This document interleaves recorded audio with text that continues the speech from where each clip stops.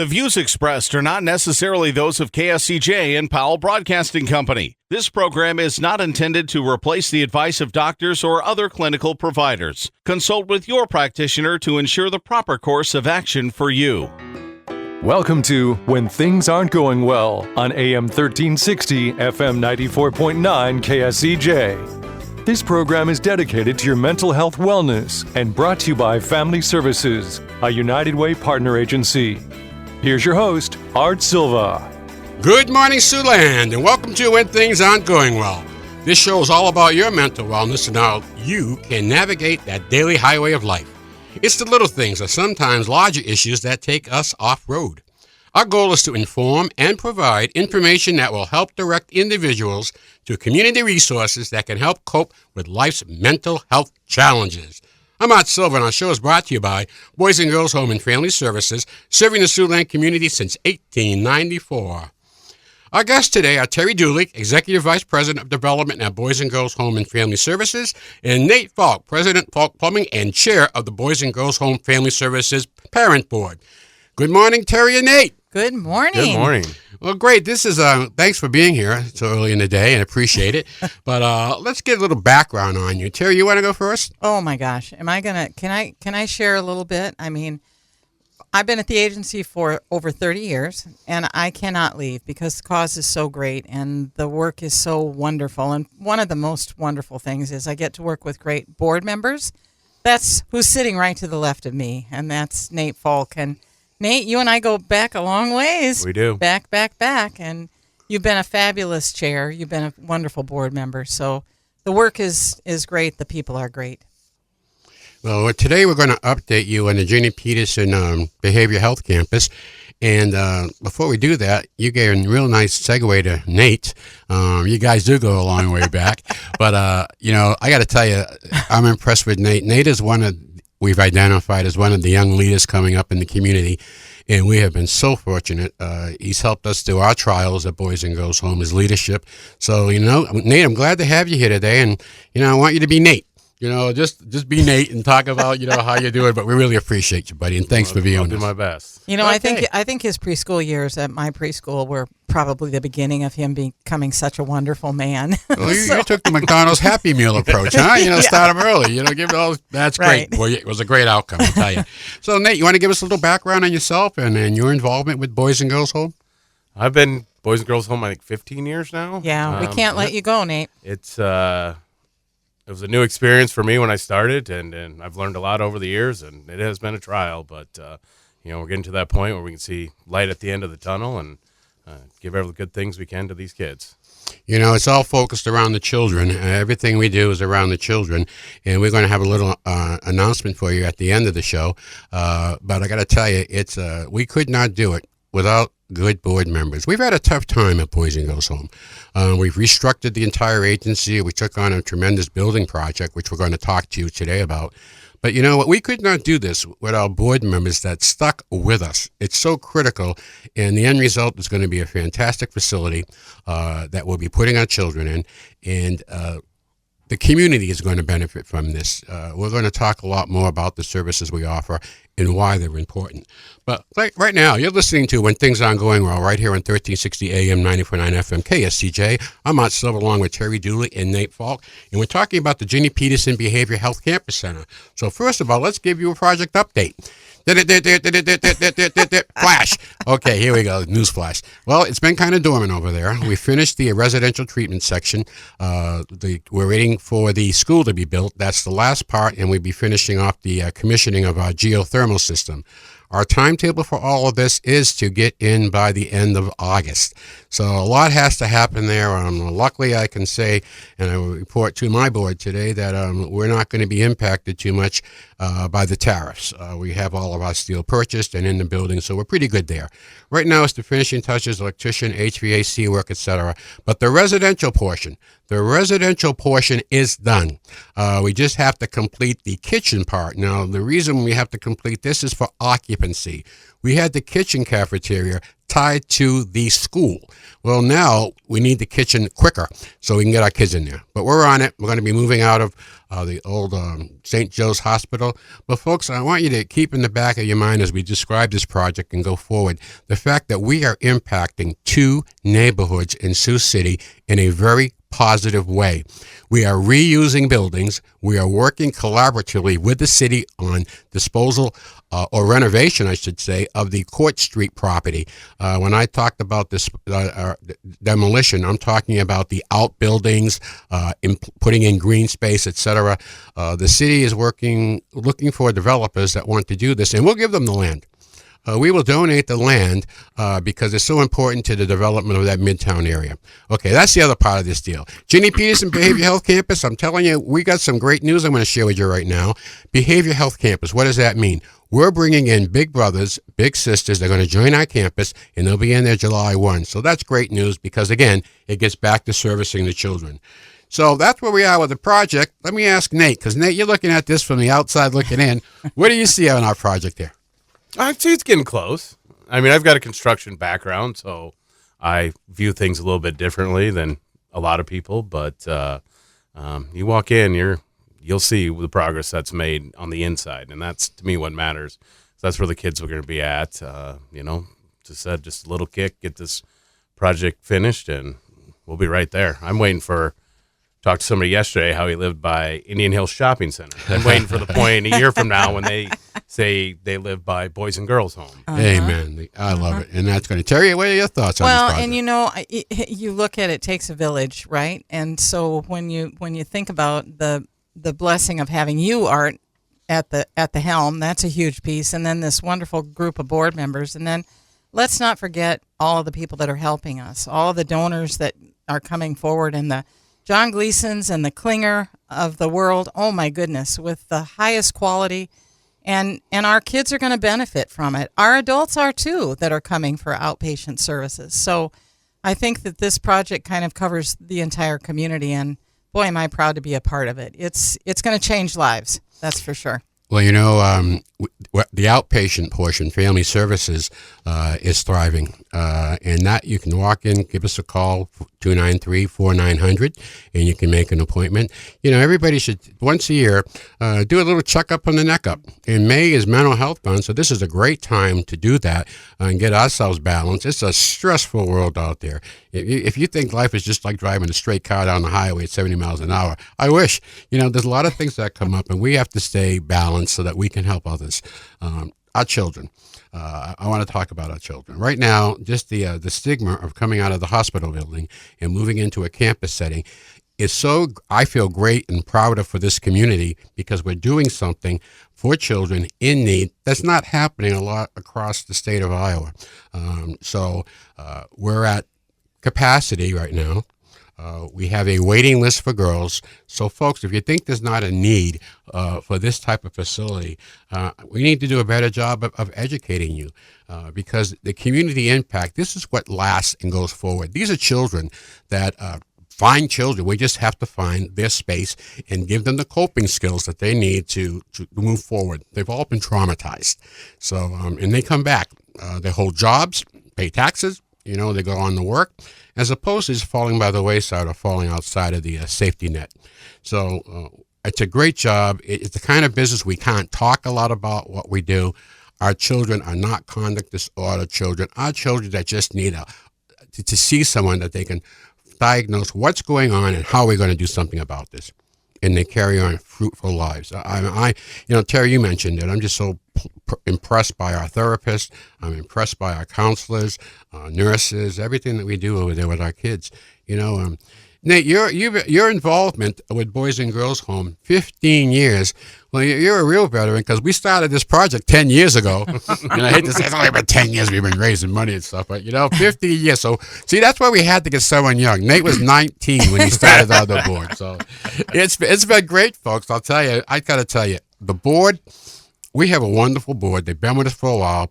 They're not a rubber stamp board. You have to come in, the evidence, they ask great questions, and together, with consensus, we move down the field. This board has been absolutely fantastic. Nate chairing the board this year is bringing out some of the visions from a different perspective. Anybody out there that would like to volunteer and come on aboard, give Terry a call at 293-4700, and we'd love to talk with you about that. We have 4 boards.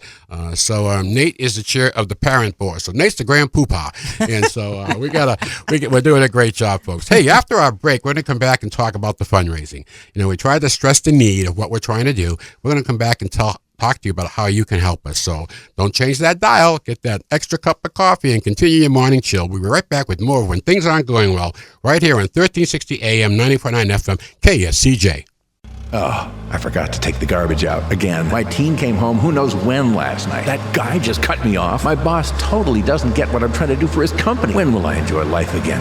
Will I ever catch up? I really should visit my parents soon before it's too late. Why is this guy in front of me stopping at a green light? Go! It's time for a checkup from the neck up to put yourself in a better state of mind. Sometimes it all seems to be coming at us pretty fast. Our instinct is to conquer our issues before we enjoy our actual life. It seems we just can't get caught up. That's when stress and anxiety absorb everything. Family Services, Inc. is here to get you back to enjoying your life. A call to Family Services will put you on a direct path to more happiness and inner peace. It's time you appreciate the things that matter most. Let the sun heat your back and enjoy the day and laugh with guiltless, stress-free joy. Call Family Services today at 293-4900. That's 293-4900. I feel good. Welcome back to When Things Aren't Going Well on KSCJ. Here's Art Silva. Welcome back to When Things Aren't Going Well. I'm Art Silva along with Terry Dooley and Nate Falk, and we're updating you on the progress on the Ginny Peterson Behavioral Health Campus located on Indian Hills Drive at the site of the old Indian Hills Shopping Plaza. Now, we kind of like in the first half of our show, gave you a little background on what we do and why we're doing it, and we talked about the children and the services. But there's another big why we're doing it, and Terry, I'm going to let you take that. Yeah, I guess we have all had the pleasure of having board members who really stand out. Ginny Peterson was a longtime board member with us at Boys and Girls Home, and we have named the campus after her because of the passion that she exhibited. Ginny would invite a lot of our girls over to her house for Halloween party every single year. And she treated them like family.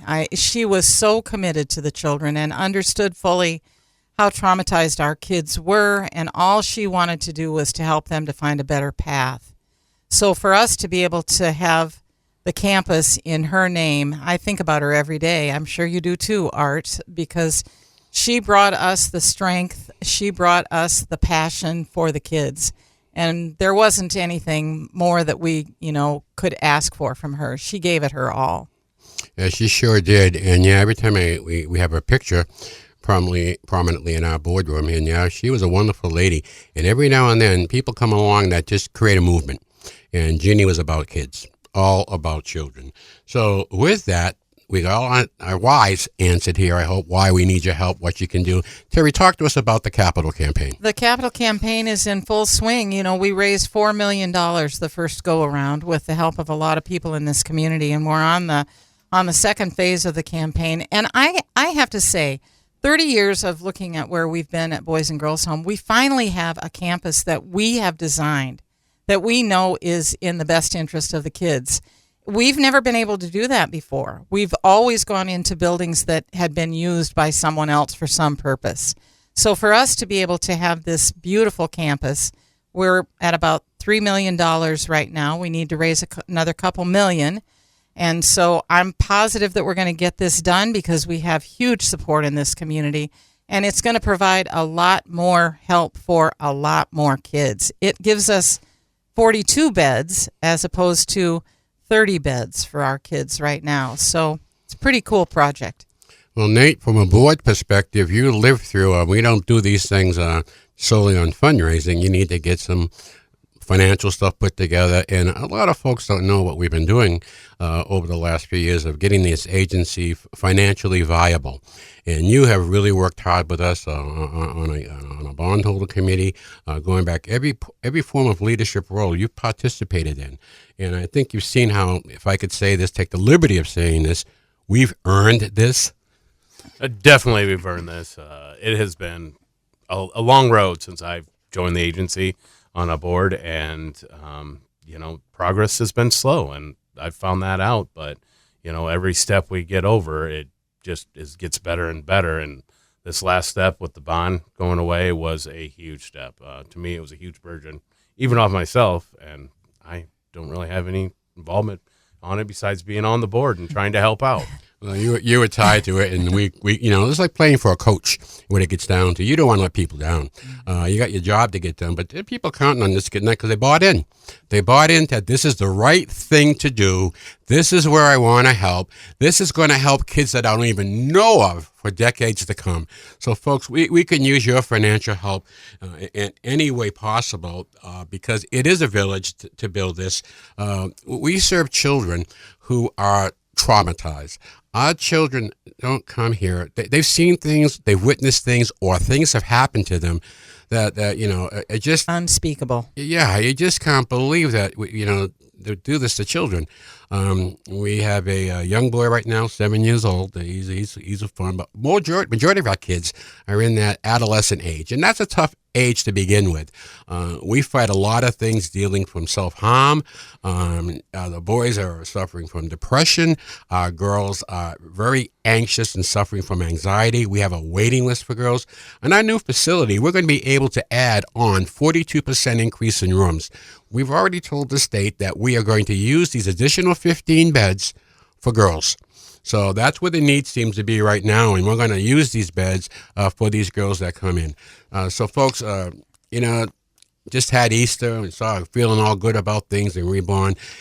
We want to tell you any questions you have regarding Boys and Girls Home and what we're doing. You can give myself, Terry, or Monty a call, 293-477-00. And Terry, how can they help? Boy, in a lot of different ways. I mean, certainly, if you would like to have any of us come and talk with a group that you might be associated with, we'd be happy to do that. We'd love to be able to show you our project, give you some more details about what's going on. Invite us to your company. We'd love to be able to present to the company. All the kids at the agency and the adults that we serve to deserve us to pay attention to them. And there's no quit in us. There's never any quit in us. So if you would like to help or if you'd like to find out more about the project, feel free to call 293-4700 and ask for Terry Dooley, ask for Art, or ask for Marnie, and we're going to be happy to help you. You're going to be excited about this. I get excited about it. The agency, we are reusing 2 facilities in the city of Sioux City. The shopping plaza has been dormant of an anchor for about 15 years. And all the retail moved down the Floyd Boulevard. So retail wasn't going to be the answer here. We found the campus, and we're going to make it a home for our children, a little oasis. We have a Serenity Garden that is being sponsored by Premier Bankcard.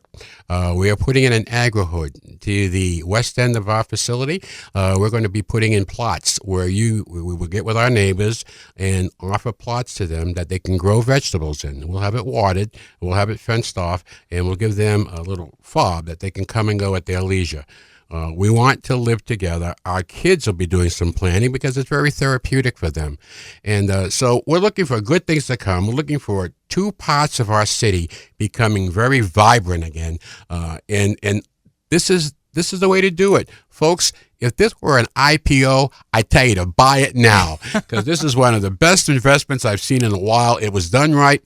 It took a while to get it done right, but we're going to make this thing happen, make you proud of us. And what a piece this is going to be. We're hoping to get our children in there by September, and we're working on trying to get the school open again. There'll be more details to come as this goes along. Nate, any closing comments you want to say, Boys and Girls Home? I think we covered it all. I mean, and also, if you ever see me in the streets, anything, you can ask me about it, too. I can get you pointed in the right direction. I love it. There you go. How about that for leadership? Yeah. Nate stepped right up. You see what our board members do? I thought I was going to use him for the Columbia Record Club. Go see Nate Falk, and he'll tell you every day. I get all the records. Well, thanks, Nate. Nate Falk, give him a call at Falk Plumbing. I want to talk to you about the Boys and Girls Home product. Thank you. I thank you, Nate. That's just leadership, I'll tell you. Well, we're coming back towards the end of our show. We usually end our show with a little joke. Humor is good for the soul. So I'm going to, keeping in the plumber theme, I'm going to go with, what does the plumber say in a library? Pipe down. I kind of like that one myself. Thanks, Terry. Thanks, Nate. And thanks to our listening audience. A shout out. The Bar Stool Open. That's Saturday, May 3rd. It kicks off this year's Rivercade season. So sign up online. Bring a team. Only golf tournament where every hole is like the 19th hole. Most social golf tournament of the year. Stuff Critique. New stuff arriving daily. Great time to update your spring wardrobe. Due to demand, we are extending our hours starting on April 30th. So watch for that. We'll be open an extra hour a day till 5 p.m. Yep. So you can stop on your way home from work. That'd be great. Pick up something and right. feel good about yourself. When things aren't going well, we'll be back next Saturday morning right here on 1360 AM, 94.9 FM, KSCJ. Your homework for the week is go out and have a good laugh. May the sun shine on you. Happy trails to you until we meet again. Happy trails to you. Keep smiling until then. Happy trails to you till we meet again. For more information on the services provided by Boys and Girls Home and Family Services, see them online at boysandgirlshomeiowa.org. Or you can call 712-293-4700 to get more information about family services, residential treatment, the Opportunity School, the Siouxland Family Center, and more. At Boys and Girls Home and Family Services, we change lives.